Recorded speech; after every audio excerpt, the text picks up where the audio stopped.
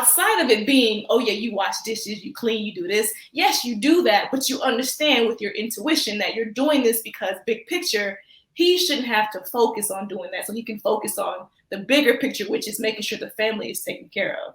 So going back to the whole purpose of making sure you're healthy, the man has to make sure that he's in a space where he can continue that. And it also helps with the children seeing him being healthy as well. Like you all said, you know, you don't want to put your partner in a position where, like, men got to stop taking so much pride in just dealing with hardship and accepting less than, right? Like, just like think about your grandpa or your daddy back in the day. Man, I ain't going to no doctor. I'm good, man. It's just a little cough, or I just broke my arm. I'm good. It's gonna heal on the side. I'll be all right. I have a question. Do we feel like, because like you said, it didn't have to get that bad, because there is a stigma that most Black men aren't going to the doctors, they aren't getting annual checkups, you know, like getting physicals and all of that stuff done. Do men feel like that they need a woman specifically for that, to make sure that they take care of their health and go to the doctor and make sure that they are around for 70, 80 years? It's helpful. I mean, I ain't married, but I was at my healthiest when I was in a relationship. Like, and then even stress wise, like having somebody to goddamn do your dry cleaning for you, all that extra stuff that, like, I'm telling you, I'm so goddamn fucked up, man. I be forgetting to pay my electricity bill sometimes. It's just that I'm just that's not in my nature. I mean, I'm good at everything else, but especially like making sure that I be on par with like certain things. Like, I mean, I think that's what a woman role is. So when men try to do it alone, it's like we're taking in too much. You know what I'm saying? So I mean, I'm saying from my perspective, like if I had somebody, when I had somebody at my crib, like I was more effective at work. I can do all kind of shit. Cause it's like I don't have to worry about just that basic shit. And y'all can handle that basic shit so flawless that I don't know how y'all do it. Like, I'm just saying, I give y'all credit when y'all credit is due. Yeah, I mean, y'all just know how to do shit that, like, a man. I mean, well, I can't speak for men. I'm gonna speak for myself. Like, it's too much for me being a primary breadwinner and all that, and do all that average. You know what I'm saying? All that basic shit. So I think that adds into the health of a man. Just them extra details, it add more or less stress to men, that because we just can't do it by ourselves. Yeah, I think that's the dope part about having a woman. As far as need, I wouldn't say need, but I agree with Elijah saying 100%. Like, having a woman there to, again, hold you accountable, and y'all all supposed to be doing that for each other in a sense. Same way she hold us accountable, in that way we hold her accountable in other ways. That's what make it a union. But in terms of that specifically, hell yeah. Like, and women are just detail oriented. Man, we like looking down the street. We looking 4-5 plays ahead, but women are detail oriented. That's why, like, even we've talked about this on the pod. Like, when we travel, when men travel together, shit, it could be 10 dudes there. We might hit 2 places, 3 places. You know what I'm saying? But when you got your girl with you, oh, it's full-fledged itinerary. Yeah, baby, we're gonna wake up at 9. We're gonna go here, we're gonna go shop, we're gonna go eat, we're gonna hit this park, we're gonna do this hiking, we're gonna drive these go-karts, then we got dinner at 9, then a show at 10. So it's real itemized, it's real organized. You know what I'm saying? Hey, and they make reservations too, Trill. They don't pull up, they make reservations. Like, I didn't know what reservations was till a chick put me on. I was like, what the fuck that is? Oh, you just call and make reservations, and like, oh shit, for real? It fucked my world up. Like, you hit on the head. We looking at the big road. They can cover all the damn little details. That's why it's supposed to work that way. So I think y'all add stress to niggas' lives by not being there. You know what I'm saying?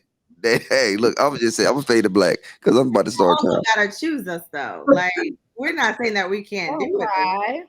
But that was my whole point about women being able to solidify the vision that the man, or the dream, take that dream that he may have, and then create an environment in steps, because we are that, detail oriented and stuff like that. So that's why I was saying, like, having to marry an old guy, just because you want to be secure, and have provision and be provided for, that can occur. You don't have to marry a 40-year-old. You can meet somebody that is near your same age range and assist him along with that. Help him get more organized, help him get more focused, and do those things. That's possible. I've seen it. I'm living it. You know, Trill, you're an example. Anton, he's an example. You know, so it is definitely possible. I just don't like this idea of just saying your best bet when you're in your 20s is to marry somebody that much older because he's established already. It just don't rock with me that way. And that was something that even over the weekend for the Atlanta meet and greet that the panel kind of talked about when they mentioned, like, you know, wifely duties. And so, like, I wanted to speak on it, but of course it was more or less for that panel, but I guess I could use this opportunity to speak on it now. When we talked about wifely duties, and actually Courtney did a good job of trying to get us to redefine how we saw what it means to be a woman. And when we talk about, you know, being able to organize and itemize things and just make a man's life simpler, that's a part of being the helper. It's a part of him knowing that he doesn't have to think about these little nuances around the house or the day-to-day basis. He can focus on what he has to focus on, so that all you have to do is just show up in your feminine self and do what you do and let him do what he does, because you have an understanding of what your role is. And so I guess what I'm saying is, you know, when we redefine what it means to be a woman, we look at it outside of it being, oh yeah, you wash dishes, you clean, you do this. Yes, you do that, but you understand with your intuition that you're doing this because big picture, he shouldn't have to focus on doing that. So he can focus on the bigger picture, which is making sure the family is taken care of. So going back to the whole purpose of making sure you're healthy, the man has to make sure that he's in a space where he can continue that. And it also helps with the children seeing him being healthy as well. Like you all said, you know, you don't want to put your partner in a position where they're struggling, because if you haven't set them up where when you actually leave, it's gonna be a problem, right? But that's all I'm saying. That was it. That's all I'm saying. I think men have to stop sitting around waiting. Well, not necessarily waiting. Well, yeah, kind of waiting on a woman to come into your life to help push you towards a more healthier lifestyle, as far as going to the doctor yearly, getting your prostate checked and all of that. Because most men, let's be honest, they're not going to the doctor. Most men when you supposed to be getting your prostate checked? After 40? Most men haven't even had a prostate check yet. Most men aren't going and getting regular physicals. Most men, and you wondering why Black men are dying from heart attacks at 55.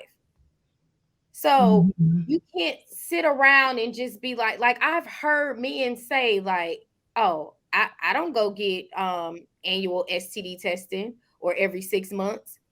Like, you'd be surprised how many men say that. As long as my girl say come back and she good, she ain't got nothing, I know I'm good. No. Like, no, you should be getting yourself checked out for your own knowing that you are good, you are safe, you're not putting her in danger, let alone she's not putting you in danger. But it's like, you got to start doing better. You got to start taking your health more serious than going to the doctors and finding out what your cholesterol levels is, what your BMI is, like all of that. Like, you got to be more accountable in that area, so Black men can be around to be providers and protectors and live long, and they can have that legacy with their children.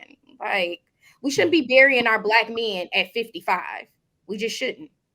Yeah, man, I think like a lot of that comes from programming in terms of like the men of previous generations. Like, and I say this all the time, like, men got to stop taking so much pride in just dealing with hardship and accepting less than, right? Like, just like think about your grandpa or your daddy back in the day. Man, I ain't going to no doctor. I'm good, man. It's just a little cough, or I just broke my arm. I'm good. It's gonna heal on the side. I'll be all right.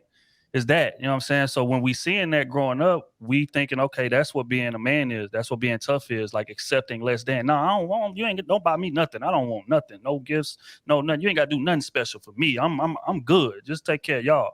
So again, what that does is that programs us to just accept less than, and not only accept less than, but take pride in accepting less than. Take pride in, man, hell no, I don't got to go to the doctor for that shit. I'm good. Like, and I remember doing it when I was playing ball. Like, I had broken ribs in a game and a concussion, and coach tried to take me out. Hell no, don't take me out. I'm good. Wrap this shit up and put me back in the game. Like, because again, what I seen, you know, we don't really see our dads cry, our grandpas cry, just so weakness at all. So in our head, like going to the doctor is a sign of weakness. Like what? Like you a man, walk that shit off, get your ass back on the job and do what you got to do. So that's where it comes from, and we got to break that. You're right. And a lot of times, like it takes us running into a woman that sits us down and be like, "Baby, you are fucking stupid. Like get your ass up and go to the doctor and get that taken care of." And after hearing, and even when she tell us at first, we gonna, "Nah, I'm good." But women have a way of just being in your ear like a fly at a goddamn barbecue, and then it's like, "All right, you know what, man? Fuck it, man. I'm just gonna go. Fuck it." And then you go, and that be done added 10 years to your life. So, you know, it's that man got to get out of that mindset of just accepting or taking pride in accepting hardship and accepting less than. That's what's ruining us, to be honest.